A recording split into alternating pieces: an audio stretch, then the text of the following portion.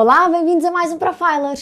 Hoje trago-vos uma convidada que fez a sua licenciatura em Psicologia, depois acabou por enverdar por Psicologia Social e das Organizações, iniciou o seu percurso profissional em Portugal no mundo da consultoria, mas rumou ao Brasil. Rumou ao Brasil onde foi consolidar o seu percurso, o seu caminho, a sua aprendizagem no mundo dos recursos humanos, regressou a Portugal e hoje é HR Country Lead na Cisco e é por isso que hoje vamos conversar e conhecer bastante melhor aquilo que tem vindo a ser o caminho, o percurso da Maria Coll. Olá, Maria. Olá, Sílvia. Obrigada pelo convite, antes de mais, e é um gosto estar aqui e poder conversar um bocadinho Não, contigo. obrigada eu, porque era exatamente isto que eu acabei de dizer. Eu acho que tens um percurso muito giro e que eu acho que vai inspirar muitas pessoas a saber como é que tu foste tomando cada uma das tuas decisões até chegarmos àquilo que é de facto a tua situação, a profissional atual e aquilo que estás a fazer hoje em dia. Dizia eu que tu fizeste a tua licenciatura, depois enverdaste mais pelo mundo social das organizações. Exatamente. Soubeste cedo que era este o teu caminho académico, pelo menos? Cedo acho que não. Acho que era daquelas crianças que não sabia muito bem o que é que queria. O que eu fui sabendo, e se calhar mais na altura da adolescência, é que de facto queria uma profissão onde pudesse ajudar as pessoas. E naquela altura em que fazemos os testes psicotécnicos, enfim, falei com algumas professoras e ponderei eventualmente algo ligado à medicina, mas rapidamente também percebi que sangue não é comigo e tinha que escolher aqui outro caminho e lembrei-me da psicologia, de facto era o que fazia mais sentido e apontei primeiro para a psicologia clínica, obviamente, comecei a fazer a minha licenciatura, são os 3 primeiros anos que são mais abrangentes, temos contacto com diferentes áreas da psicologia. E depois, passado ali no segundo, terceiro ano, onde depois temos que fazer a nossa opção e escolher qual é a especialização, percebi que queria ir para as organizações e não queria tanto focar-me na clínica, porque achava que a clínica era um pouco mais pesada. E às vezes acaba por se focar um bocadinho mais, talvez numa área em que é mais difícil, enfim, olharmos talvez para o futuro ou conseguimos dar a volta mais rapidamente e portanto eu achei que não tinha tanto arcabouço para lidar se calhar com essa área e por isso decidi ir para a psicologia organizacional e até hoje estou muito contente com a minha decisão. Quando estavas a estudar, fizeste a opção de enverdar mais pelo mundo das organizações, como estavas a dizer, foste projetando de alguma forma a tua carreira profissional, foste pensando, eu vou sair da faculdade, eu vou querer fazer isto, eu vou querer ser aquilo, foste de alguma forma desenhando isso para ti? Sim, eu acho que sim, acho que enfim, não foi só no momento de sair da faculdade, mas eu acho que ao longo de todo o meu percurso e ainda hoje, eu acho que nunca paro de pensar e acho que isso também é um bocadinho a chave às vezes do sucesso, que é nós irmos planeando o nosso caminho. Obviamente não é uma coisa que eu penso todos os dias, mas a determinado momento, depois de estar num sítio, passado algum tempo, começo a pensar o que é que eu quero fazer a seguir e não necessariamente tem a ver com sair do sítio onde estou, mas que outros desafios é que eu quero abraçar e, portanto, na faculdade também fui pensando o que é que fazia sentido, onde é que eu gostaria de estagiar e depois disso fui pensando rapidamente que se calhar gostava de trabalhar em recursos humanos, ir para empresas maiores, enfim, e fui um bocadinho delineando o meu caminho. E, enfim, com muito trabalho, às vezes alguma sorte também, mas fui sim planeando. Quando estavas a dizer que pensaste na área dos recursos humanos, pensaste que era eventualmente nessa área que tu poderias fazer aquilo que estavas a dizer no início da nossa conversa, que era ajudar pessoas? Sim, eu acho que rapidamente percebi que enfim, que o trabalho de um gestor de recursos humanos, de uma pessoa que trabalha numa equipa de recursos humanos, é que de facto pode apoiar as pessoas a serem tanto felizes no trabalho, como a encontrar as suas perspectivas de carreira, a ter o desenvolvimento que precisam. Eu acredito muito que nós, quando escolhemos um trabalho, quando escolhemos uma empresa, temos de ser felizes com a nossa escolha e acho que até há pouco tempo também ficava na dúvida, será que é mesmo possível termos um trabalho que amamos, pelo qual somos apaixonadas, que preferimos trabalhar em vez de ir à praia? É possível. Eu felizmente já tive essa experiência e é possível, eu adorava que todas as pessoas que trabalhassem no sítio onde eu trabalho conseguissem sentir isso e, portanto, talvez não consiga fazer para todas as pessoas, mas se eu conseguir tocar uma ou outra pessoa, já fico feliz. Naturalmente. Começaste a tua carreira profissional pelo mundo da consultoria, foste na altura para a MyChange. Exatamente. Porquê a escolha da consultoria na altura? Porquê? Porque, primeiro, quando uma pessoa sai da faculdade, às vezes não pode escolher tudo o que quer. E às vezes também é aquilo que aparece. Mas não por isso, obviamente, não foi essa a razão principal pela qual eu escolhi. Obviamente, a oportunidade também surgiu. mas consultoria porque eu achei que me poderia dar uma base muito forte. Hoje não escolheria diferente. Hoje, quando dou conselhos a pessoas mais novas, eu digo que é uma boa ideia começar por consultoria, porque nos dá muito método de trabalho, nos permite contactar com muitas pessoas, conhecer muitas realidades, muitos setores, trabalhar por projeto. Eu adoro trabalhar por projeto e, apesar de agora estar no mundo das organizações, é a forma como eu gosto de trabalhar, é ver o princípio, o meio e fim. E, portanto, não escolheria de forma diferente. Como é que foram esses 3 anos? Como é que sentiste que foi sendo o teu caminho, a tua aprendizagem, Sim. a tua progressão? É um desafio, não é? Quando a pessoa entra no mundo do trabalho, eu acho que nem sempre está preparada, não é? Porque a faculdade dá-nos muitas coisas, dá-nos muita teoria, mas infelizmente nem sempre nos dá a prática que precisamos. Portanto, é uma aprendizagem diária, onde é muito importante termos também a sorte de estarmos numa empresa onde temos pessoas que nos podem ensinar, para depois também um dia acreditarmos que também lhe estamos a ensinar alguma coisa. E, portanto, eu acho que foi um desafio, uma aprendizagem todos os dias. Eu lembro-me da primeira vez que fui para a sala e acho que esse foi um dos grandes desafios, que eu era mais tímida antes de começar a trabalhar, e a consultoria faz com que nos tínhamos de expor muitíssimo à frente dos clientes. E eu lembro de ir a primeira vez à sala e estava muito nervosa, obviamente, mas tinha um consultor mais sénior ao meu lado que me deu todo o apoio. E, portanto, eu acho que às vezes, e tem a ver com a nossa carreira toda, tem a ver com este momento particular, que é sairmos da nossa zona de conforto, que é o que nos faz crescer. Depois, rumaste ao Brasil. Exatamente. O que é que acontece nesta altura que faz com que tu rumes ao Brasil para vais continuar a tua carreira profissional? Foi uma coincidência que não teve a ver com a minha carreira profissional, mas teve a ver com a minha vida pessoal, mas que obviamente foi uma escolha minha ter ido e não ter ficado. E foi uma janela de oportunidade, que eu acho que a nossa carreira também é feita muitas vezes de janelas de oportunidade e de situações que nos acontecem na vida e que nos impulsionam para novas oportunidades e para situações diferentes. E no fundo foi esta questão pessoal que me levou a ir para o Brasil e que me abriu um mundo novo de poder depois também poder trabalhar em organizações. E eu acredito que é por isso que hoje eu também estou aqui e também estou na Cisco, e com a posição que tenho, foi o facto de ter ido para o Brasil. E, portanto, foi uma oportunidade imensa de não só estudar outras coisas, sobre as quais, nomeadamente recursos humanos, que eu já tinha muita vontade de experimentar e de ir para uma organização, e de me levar também a trabalhar noutra empresa, que às vezes sabemos que estamos numa zona de conforto e não necessariamente queremos mudar, ou porque estamos contentes financeiramente, ou porque já dominamos o trabalho que fazemos. E no fundo isto foi um bocadinho espicaçar aqui a minha carreira, e foi ótimo para mim. Também não teria feito diferente, e ainda bem que aceitei. Eu sou muito de dizer que sim. Muitas vezes tenho amigas ou amigos que me perguntam: olha, estou-me a propor isto, o que é que achas que eu faça? Vai. O pior é uma pessoa arrepender-se de não ter ido. Vai, faz, experimenta. Tu foste, inicialmente, voltaste a integrar um projeto na área de consultoria. Como é que foi no início integrar um mercado de trabalho que, na verdade, embora seja o mesmo idioma, é francamente diferente do nosso? Sim.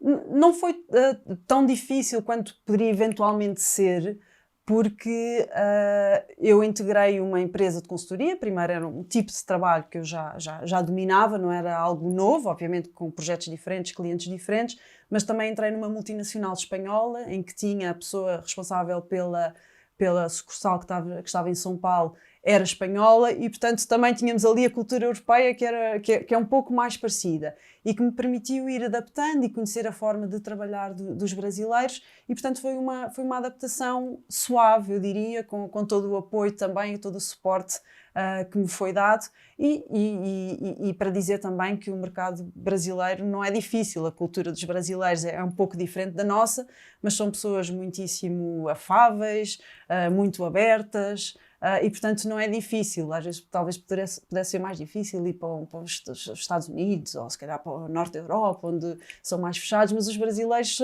são aquilo que nós às vezes temos de menos, eles têm de mais. Foste muito bem acolhida.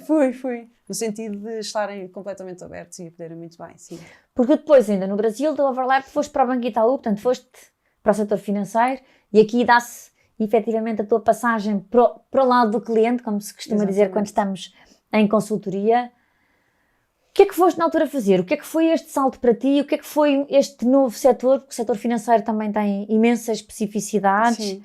Como é que foi esta mudança e esta experiência? Sim. Foi um salto que eu já ambicionava há algum tempo, desde o momento em que trabalhava na MyChange e que depois fui para o Brasil. Eu, quando fui para o Brasil, fui com a ideia de trabalhar num departamento de recursos humanos, numa empresa.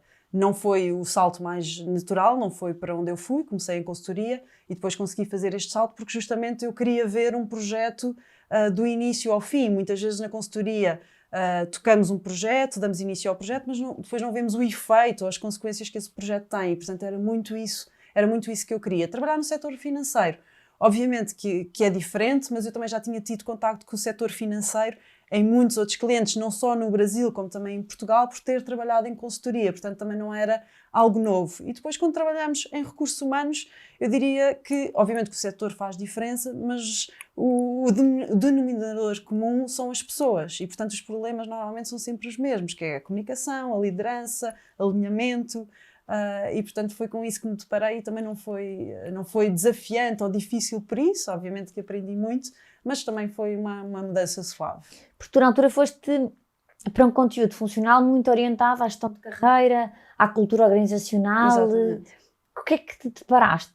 Sim, eu tive muita sorte, e às vezes é o elemento de sorte também que aparece, que é entrei num momento que poderia não ser bom, mas acho que é também tornarmos os momentos uma oportunidade, que o Itaú e o Unibanco tinham feito a sua fusão há cerca de 5 anos e a parte da cultura organizacional, que foi a parte onde eu fui integrada, estava estagnada. Só que na altura que eu entrei e comecei a trabalhar este tema, houve a vontade, e também quero acreditar, devido ao meu trabalho e também àquilo que eu fui gerando de ideias, de rever a cultura organizacional e lançar não uma nova cultura organizacional, porque essa já estava estabelecida, mas de rever, recriar um propósito, rever a visão, os valores. Então foi um momento muito agitado, onde inicialmente era quase que só eu nessa área e de repente formou-se outra vez toda uma área de cultura organizacional e eu tive a sorte imensa de poder participar nessa aventura. E começaste também a ter a experiência de gestão de outros elementos de equipa? Tinha como elemento mais sénior da equipa, não de forma formal, mas sim, era de facto a pessoa mais sénior e tive a sorte de poder acompanhar também alguns estagiários que foram integrando, que depois foram ficando e como elemento mais sénior da equipa também dar ali toda a orientação necessária, que também é uma parte que eu gosto Foste muito. revendo nessas funções? Sim. Sentiste que provavelmente o teu caminho podia ser por aí também? Senti, e comecei a ter vontade justamente de poder experimentar aí de forma mais formal um bocadinho este acompanhamento de equipas. Em 2018 tu regressaste a Portugal. Exatamente. E na altura foste liderar os recursos humanos da Autoridade da Concorrência, que a maioria das pessoas pensa, espera, mas como assim a Autoridade da Concorrência, não é? É naturalmente um projeto francamente distinto de todos aqueles que tinhas abraçado até então. A minha pergunta é, tu tinhas deixado Portugal há uns anos atrás, quando chegaste, sentiste diferença no nosso mercado de trabalho? Sentiste a evolução daquilo que poderia ter existido face à altura em que deixaste os nossos recursos humanos? Eu diria que senti em certa medida, talvez não tenha experienciado tanto, e explico porquê, mas senti sim, de facto, eu quando fui de Portugal para o Brasil, senti que o Brasil estava muito mais avançado em termos de gestão de recursos humanos do que nós. E depois, quando regressei, achei que de facto nós já começávamos a acompanhar aquilo que eram as tendências de recursos humanos e aquilo que eram, enfim, as novidades de recursos humanos, achei que sim. Contudo, eu acho que também não consegui experienciar assim tanto, porque diferente da experiência que eu tinha tido anterior em recursos humanos, era em consultoria e tinha o contacto com muitos clientes. Aqui fui para uma empresa que não era privada, que eu sempre tinha trabalhado no setor privado até ao momento, e fui para uma instituição pública ou privada, onde os meus desafios foram um pouco diferentes, que é justamente entender a legislação, o código de trabalho, processos que são diferentes dos processos que vemos no setor privado, enfim, os concursos públicos, e portanto foi o contacto com uma outra realidade, uma outra gestão de recursos humanos, que também existe em Portugal e muito, porque temos muitas instituições assim que seguem um bocadinho estas regras, e que foi também muito importante para o meu crescimento. Mas nessa altura, quando tu vieste para a Autoridade da Concorrência, vieste liderar já também os recursos humanos. Sem dúvida, sim. E isso, o que é que foi isso para ti na altura? Foi bom também, eu acho que é um desafio e aquilo que eu tentei, obviamente uma pessoa só, acho que aprende fazendo, não é?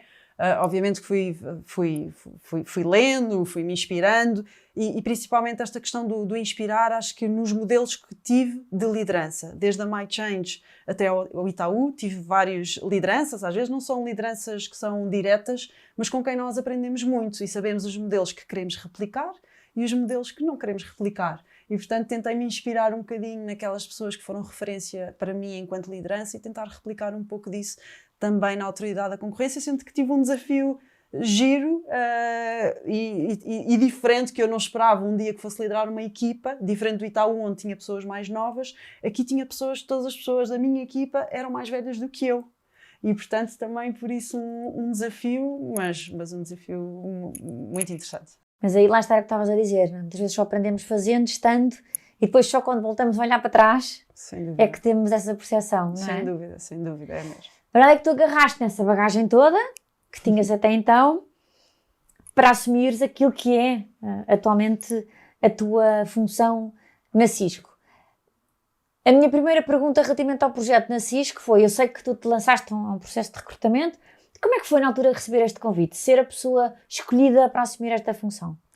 Foi incrível, foi ótimo, eu fiquei muito, muito contente. O processo não foi fácil no sentido em que teve muitas etapas, eu tive de me colocar-me à prova em várias situações, com vários níveis de liderança, em várias geografias e, portanto, fiquei muito contente por ter conseguido e acho que também foi, mais uma vez, o plano que eu tracei e que achava que fazia sentido para mim, vê-lo cumprido, porque eu nunca tinha trabalhado numa empresa totalmente multinacional e queria muito experimentar. Não tinha trabalhado no setor tecnológico, queria muito experimentar e acho que enquanto gestão de recursos humanos, de facto era algo que eu tinha que ter no meu currículo e vejo também muito como o caminho futuro que eu poderei fazer e depois ir também aqui para uma empresa com outro tipo de dimensão, diferente das dimensões onde tinha estado anteriormente. E portanto fiquei muito contente e muito contente estou. Um bocadinho estavas a dizer que quando alguém vai ter contigo, os teus amigos, as tuas amigas perguntarem se eu tenho isto, o que é que eu faço? E tu dizes, vai, tu aqui levantaste a mão para ir. É isso que também pode fazer a diferença. Eu acho que mais uma vez, acho que é tentarmos sair da nossa zona de conforto, não ficarmos acomodados. Como disse, eu fui desde cedo desafiada a sair da minha zona de conforto, às vezes por vicissitudes que não têm necessariamente a ver com a nossa vida profissional, mas pessoal, mas isso rapidamente me ensinou que é bom nós estarmos dispostos a fazer coisas diferentes, a arriscar e que temos muitíssimo a aprender. Quando recebeste este convite, em algum momento pensaste, e agora? Será que eu estou preparada para isto? Eu acho que sempre, não é? Eu acho que é também a parte boa, que é, mais uma vez, acho que tem a ver com a humildade de sabermos que nós não sabemos tudo, precisamos dos outros para aprender também. E eu acredito muito, e por acaso tenho a sorte de na Cisco essa também ser a cultura, eu acredito muito na colaboração. Eu acho que nós não temos que saber tudo, acho que também muitas vezes temos de estar dispostos a errar e acho que é termos a humildade de perceber que também o caminho vai-se fazendo e nós vamos aprendendo e um dia outros poderão olhar para nós e aprender também. Quais são as tuas grandes responsabilidades hoje em dia? Como é que é o teu dia-a-dia nesta função na Cisco? Sim, é bastante diversa e eu estava a demorar a responder porque estava justamente a pensar, porque é diferente do típico gestor de recursos humanos que nós estamos habituados a ver numa empresa mais tradicional. E, portanto, eu tenho uma interação enorme com diferentes equipas que não só estão em Portugal como estão fora. Por exemplo, a minha liderança direta não está em Portugal, está na Alemanha. Todas as minhas pares estão espalhadas pela Europa. E, portanto, é aqui um modelo diferente. Tenho uma equipa local mais dedicada a processos e à parte mais administrativa que não reporta diretamente a mim, mas com quem eu tenho que trabalhar muito diretamente, tanto como a equipa de compensação, a equipa de benefícios. Portanto, estão todos espalhados pela Europa. Eu preciso deles para fazer o meu trabalho, mas eles não são da minha equipa e não reportam diretamente a mim. Portanto, têm estes desafios da colaboração em que é muito importante as relações. Mas a minha tarefa principal, a minha atividade principal é apoiar o nosso board, o Country Leadership Board, do qual eu faço parte. Somos 4 pessoas, sou eu de recursos humanos, mais os 3 líderes mais seniors da organização e com negócios maiores, e portanto os 4 juntos definimos a estratégia da Cisco Portugal.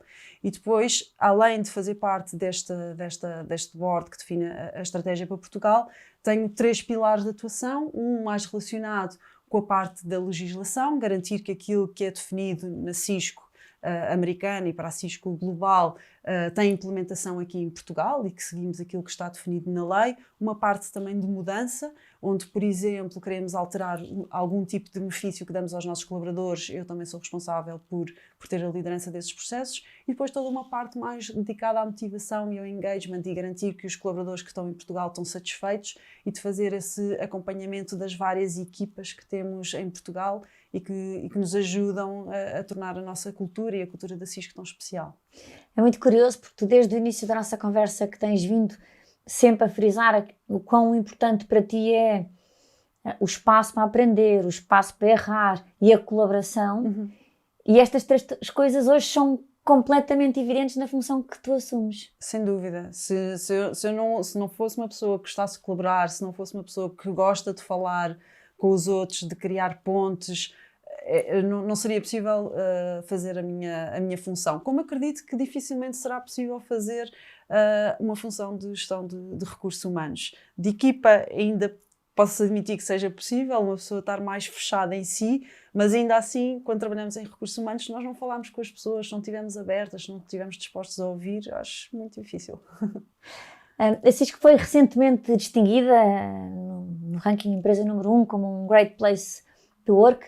Do ponto de vista dos recursos humanos, como é que se atinge este feito? Sim. É um caminho, isto é um resultado, não é? Este prémio é um resultado, mas é de um caminho longo, portanto, não é a primeira vez que nós estamos no Great Place to Work, nós já participamos no Great Place to Work há 14 anos, estamos no primeiro lugar nos últimos 3 anos, já tínhamos estado anteriormente, mas agora de forma consecutiva nos últimos 3 anos, e atinge-se, no fundo, trabalhando muito a cultura organizacional, que não é só isto, eu aprendi no Itaú, que não é só aquilo que está escrito, mas é aquilo que é também vivido, que é passado através do exemplo às lideranças. E na Cisco nós temos algo muito especial que eu vi pouco e trabalhei em muitas empresas, como porque eram meus clientes ou porque estive a trabalhar dentro da empresa, que no fundo a empresa tem que ser um espaço onde as pessoas podem ser elas mesmas e onde não existe tanto, muitas vezes falamos muito o equilíbrio entre a vida pessoal e a vida profissional, isso não existe, nós somos um todo e portanto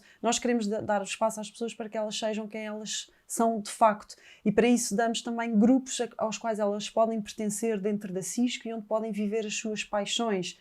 Nós temos, por exemplo, temos 19 comunidades inclusivas onde as pessoas podem participar de forma mais ativa ou apenas pertencer e fazer parte integrante de eventos e tudo mais, e que tem a ver com um grupo mais relacionado com o Pride, um grupo mais relacionado com as mulheres, um grupo para pessoas com deficiência, um grupo mais relacionado com determinadas etnias, e portanto temos imensos grupos aos quais as pessoas podem de forma voluntária pertencer e de forma voluntária também agregar um bocadinho de valor, e as pessoas, de facto, acho que é isso que torna a Cisco muito, muito especial.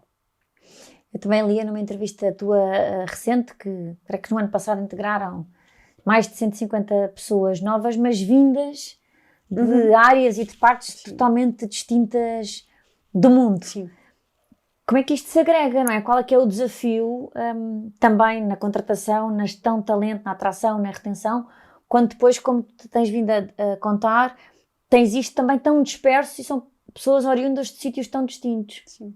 É um desafio. Nós na Cisco temos muitos colaboradores estrangeiros, temos mais de 50 nacionalidades em cerca de 1000 colaboradores e, portanto, de facto é um desafio. Nós confiamos muito na liderança para poder fazer um pouco desse acolhimento às pessoas e por isso tentamos também ter estas comunidades às quais as pessoas podem pertencer para que elas sintam que a Cisco, Portugal neste caso, é um lugar único, com uma cultura única, mas sem dúvida que atualmente o desafio do recrutamento ele é enorme, e não é só, obviamente não é só para a Cisco, obviamente que nós sermos, e não é só pelo carimbo, sermos Great Place to Work, ajuda muito, não é? Com tudo o que conseguimos internamente para ter alcançado esse prémio, mas é um desafio, até porque o mercado português ele é escasso, e de facto cada vez mais temos que ir buscar lá fora para termos o talento que precisamos. No seguimento disso que tu estavas a dizer, e há pouco também dizias que o facto da função de RH estar dentro daquilo que é o board que define a estratégia para Portugal, portanto cada vez mais os recursos humanos são sem dúvida nenhuma um business partner direto do negócio, a aliar ao que tu acabaste de dizer na dificuldade de captar talento exclusivamente em Portugal, que há que abrir portas e procurar fora também. Isto são sem dúvida nenhuma, e sobretudo no mundo das tecnologias, que é tudo mais rápido, isto são sem dúvida nenhuma os grandes desafios da atualidade dos recursos humanos. Tu, como estás também neste setor que se movimenta bastante mais depressa que a grande maioria de todos os outros setores, se tentares pensar no amanhã, quais é que acreditas que são os grandes desafios de recursos humanos com os quais nos podemos vir a deparar no futuro? Sim, eu acho que há um grande desafio que eu acho que já está aí, acho que já nos começamos a perceber, mas obviamente que ele vai ficar ainda mais forte agora nos próximos anos, que eu acho que tem a ver com a inteligência artificial, que no facto é que está tudo muito mais robotizado, está tudo muito mais automático, existem muito mais sistemas capazes de fazer, enfim, análises, compilação de dados, coisas que até então era o homem que fazia, e eu acho que isso é um grande desafio, não porque vá roubar espaço ou trabalho às pessoas, mas eu acho que as pessoas têm que se reinventar e têm que trazer aquelas competências que uma máquina nunca poderá ter. E, portanto, que é a tomada de decisão, que é a verificação de se o caminho que estamos a adotar é o mais correto, e depois toda a questão de ética, enfim, que é uma questão muitíssimo sensível, que é aquela decisão que eventualmente pode ser apontada por um robô, se é mais certa, se é mais ou não, ou se é mais ética. E, portanto, eu acho que há aqui grandes desafios, mas nós temos que pensar quais é que devem ser as competências nossas, dos humanos, não é? Para fazer face a esse futuro, que eu acho que já não é um futuro, é um presente. Eu acho que talvez o comum mortal ainda não o sinta muito, mas quem trabalha em tecnologia vê que a inteligência artificial já começa a estar em tudo. Acho que rapidamente o cidadão vai começar a perceber, e nós temos que nos adaptar. Quando estavas a responder, mencionaste uma ou duas vezes o tema da ética.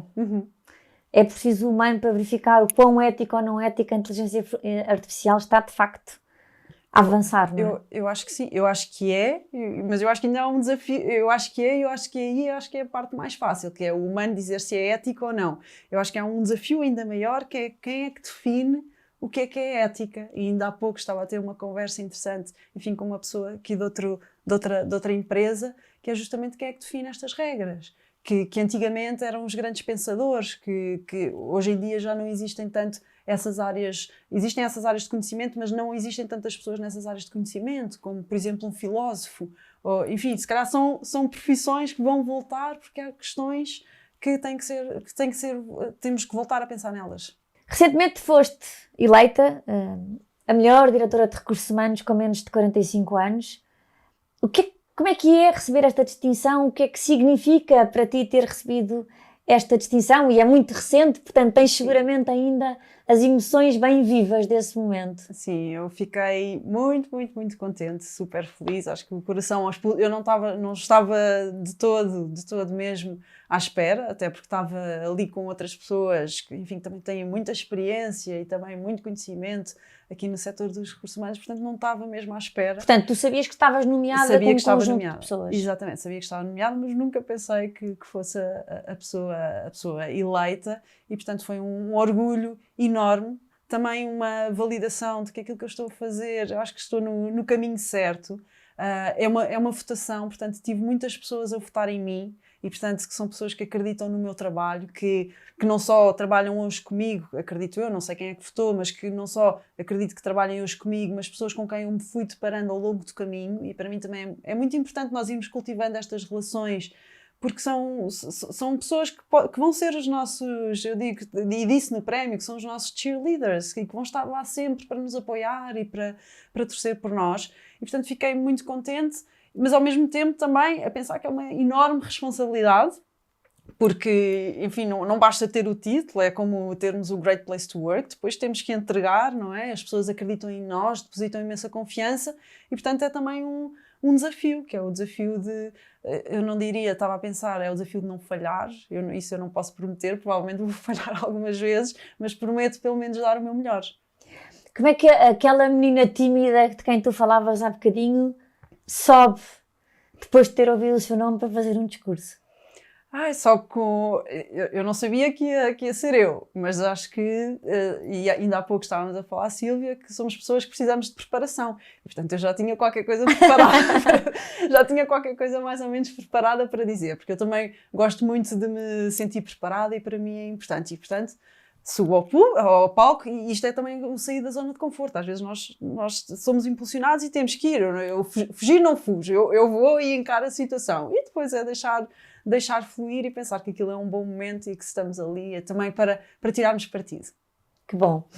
Tu dizias há bocadinho também que sempre que estás numa área nova, que lês, que precisas da dita preparação, da tua pesquisa, de organizar o teu conteúdo, que leituras é que um perfil como o teu, que uma pessoa como tu, tem vindo a fazer ao longo da carreira e que achas que seja importante deixar aqui hoje para alguém poder ir fazer essas mesmas leituras e inspirar-se como tu o fizeste? Sim, eu, enfim, ao longo dos anos existem alguns autores que para mim são referência e aos quais eu vou recorrendo, e muitas vezes o que eu gosto de fazer são livros que em determinada altura da minha carreira foram importantes para mim e que o tema surge novamente. Eu gosto de voltar a eles e posso dar 2 exemplos. Depois é também estar muito atenta àquilo que vai saindo na imprensa, nas revistas de recursos humanos, na Harvard Business School, que eu gosto de ir lendo e dizer também que às vezes nem sempre tenho tempo para ler. Eu tenho 2 crianças pequenas e acho que é agir também, porque às vezes também nos colocam muita pressão em cima para nós estarmos muito atualizados e sabemos o que é que saiu. Mas às vezes não há esse tempo. Eu acho que também aprendemos muito através das relações que temos, das conversas que vamos tendo. Obviamente que é importante manter-nos atualizados, mas às vezes também baixarmos um bocadinho a pressão que existe sobre nós e admitir que simplesmente não temos todo o tempo que gostaríamos. Mas, como disse, gosto muito de recorrer a leituras que já fiz. Ainda há pouco tempo recorri a um livro que para mim na altura foi uma bíblia que me ajudou muito, que tem a ver com cultura organizacional e me ajudou na altura do Itaú, que é de uma autora que se chama Caroline Taylor, que é Walking the Talk, que é no fundo sermos o exemplo da cultura que queremos ter na nossa organização e de como é que trabalhamos várias áreas para termos uma cultura forte, como os comportamentos, os símbolos, os sistemas e processos, e portanto é um livro ao qual eu recorro bastante. E depois outro livro que eu gosto muito, não só pela parte profissional, mas também que me diz muito da parte mais pessoal, que é o livro de Daniel Pink, o Drive, que nos mostra que a motivação ela é intrínseca, ela tem que vir de dentro, não é extrínseca, não é pela cenoura que nos mostram, e que a motivação também tem muito a ver com o termos um propósito, o termos mestria sobre determinados temas, termos o conhecimento sobre o conhecimento necessário e também a autonomia, e eu revejo muito nisso. De facto, a minha motivação e a motivação que eu fui tendo ao longo da minha carreira tem a ver com o facto de eu sentir que era capaz de entregar valor para aquela função, de eu sentir que tinha autonomia e confiança e de sentir também que havia um propósito maior, que aquilo que eu estava a fazer era com um objetivo maior. Deixa-me agarrar nisso que tu estás a dizer da motivação. Acreditas que ainda há muito nas organizações, muitas pessoas que acreditam piamente que são pessoas completamente externas a elas próprias, que têm que as motivar, que as têm que puxar, em vez da motivação vir exatamente como tu acabaste de dizer, de nós próprios, de ser intrínseca a nós próprios? Eu diria que ainda existe, mas eu acho que existe cada vez menos. Eu acho que felizmente conseguimos, e muitas empresas conseguiram não só adotar, mas viver também aquilo que nós chamamos propósito e definir propósito. E eu acho que vemos muito isso nas camadas mais novas. Eu acho que também tem a ver com o contexto socioeconómico e tem a ver com a história, com a evolução histórica, de hoje um jovem procura trabalhar numa empresa no qual não só se sente feliz, mas que vê que existe um bem maior, seja ele qual for, e que está mais ligado, enfim, aos seus interesses e àquilo em que a pessoa acredita. Mas eu acho que sim, eu acho que há uma diferença grande em não só estarmos à espera de estímulos externos, mas de procurarmos também a motivação em nós. E eu também digo muito, se determinada empresa não nos preenche do ponto de vista do propósito, do ponto de vista dos valores, da cultura organizacional, eu acho que nós temos de ser os primeiros a sair e procurar outra coisa. Não existem empresas certas ou erradas, ou com culturas certas ou erradas. Nós é que temos de saber o que é que valorizamos e depois procurar. Acho que é a nossa responsabilidade enquanto indivíduo de procurar uma empresa onde possamos expressar o nosso potencial e onde podemos estar alinhados com os valores. Qual é que acreditas que possa ter sido, até esta altura da tua carreira profissional, assim, um momento mais desafiador?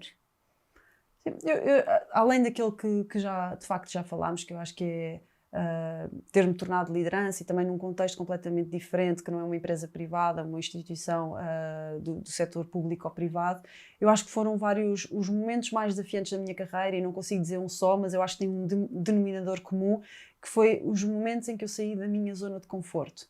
Não é fácil sair, e que houve algum tipo de mudança em que eu tive, no fundo, de saltar para o abismo. Ainda no outro dia estávamos a falar entre a minha equipa que os momentos que nos mudam e que nos tornam mais fortes são aqueles momentos em que nós estamos no abismo e temos que dar o passo em frente.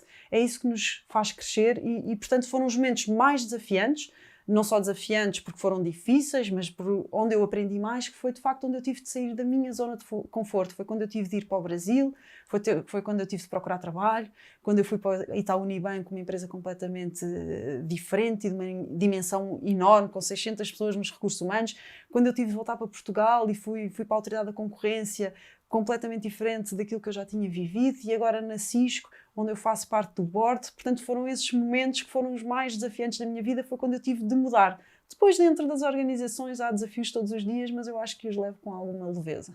O facto também não dizeres que não e te propores a fazer fará a diferença? Sim, eu acho que sim, acho que sim. Eu acho que é nunca, obviamente que temos de fazer sempre uma ponderação do que é que faz sentido ou não, mas tipicamente eu sou uma pessoa que diz que sim e que abraça os desafios e que quer tentar fazer diferente, portanto sim.